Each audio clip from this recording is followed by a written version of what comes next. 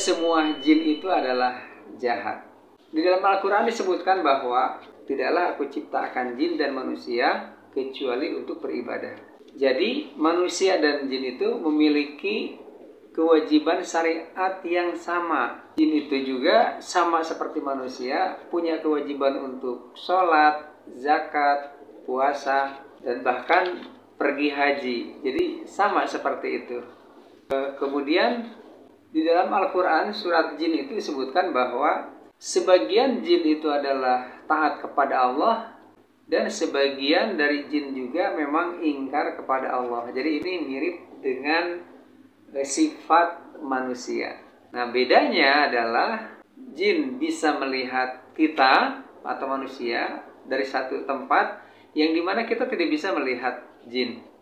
Nah, kemudian tentang posisi syaitan di mana, syaitan itu adalah tujuannya mengganggu manusia dan mengganggu jin, atau membuat manusia itu ingkar kepada Allah. Juga sama, setan itu berfungsi untuk membuat jin ingkar kepada Allah. Nah, yang paling berat itu jika setan berkolaborasi dengan jin dan manusia untuk menyerang manusia. Dapat dipahami ya. Nah, yang paling berat itu jika setan berkolaborasi dengan jin dan manusia untuk menyerang manusia. Dapat dipahami ya. Nah, ini contohnya adalah seorang dukun bekerjasama dengan jin, plus jin bekerjasama dengan syaitan. Jadi seperti itu. Kembali kepada judul bahwa tidak semua adalah jin itu buruk, karena ada jin juga yang beriman kepada Allah. Malah ada jin yang menjadi korban dari misalnya ketidaktahuan manusia.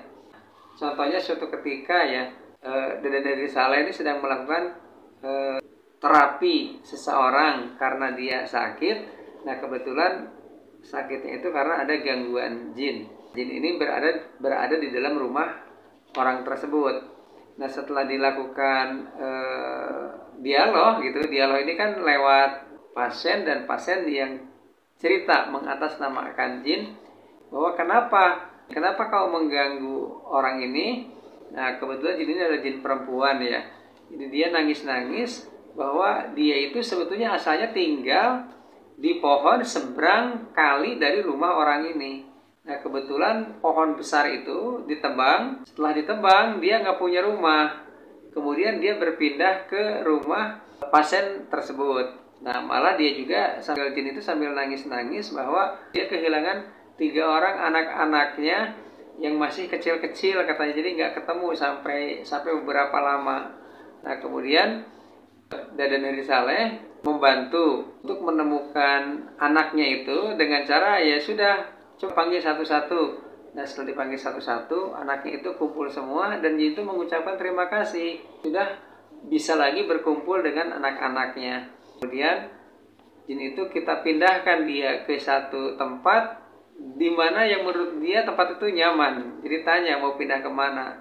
Nah, nanti kita bisa bantu dia untuk berpindah. Dan jin itu bisa kita arahkan dan bisa kita bantu untuk berpindah dengan cara yang mudah. Jadi kesimpulan yang pertama dari materi ini bahwa jika seseorang diganggu oleh jin itu, maka kemungkinannya adalah 2. Bisa jinnya yang memang bertabiat buruk masuk ke badan kita, atau bisa jadi memang kitanya yang lemah sehingga badan kita atau rumah kita itu bisa ditempati oleh jin dengan nyaman.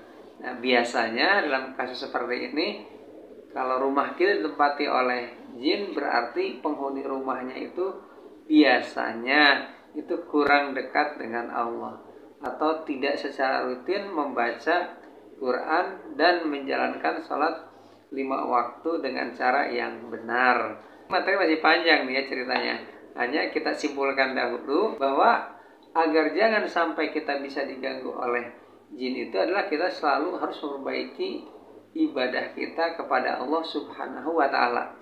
Tentang keberadaan jinnya itu tidak harus dipikirkan. Dan jin juga tidak bisa mengganggu manusia jika manusia itu kadar keimanan manusia itu lebih kuat daripada kadar keimanan jin itu. Jadi Jadi mulai sekarang ke depannya jangan sering-sering menyalahkan jin, tapi selalu perbaiki kualitas keimanan kita kepada Allah Subhanahu wa taala. Nah, demikian materi sementara, nanti kita nyambung lagi.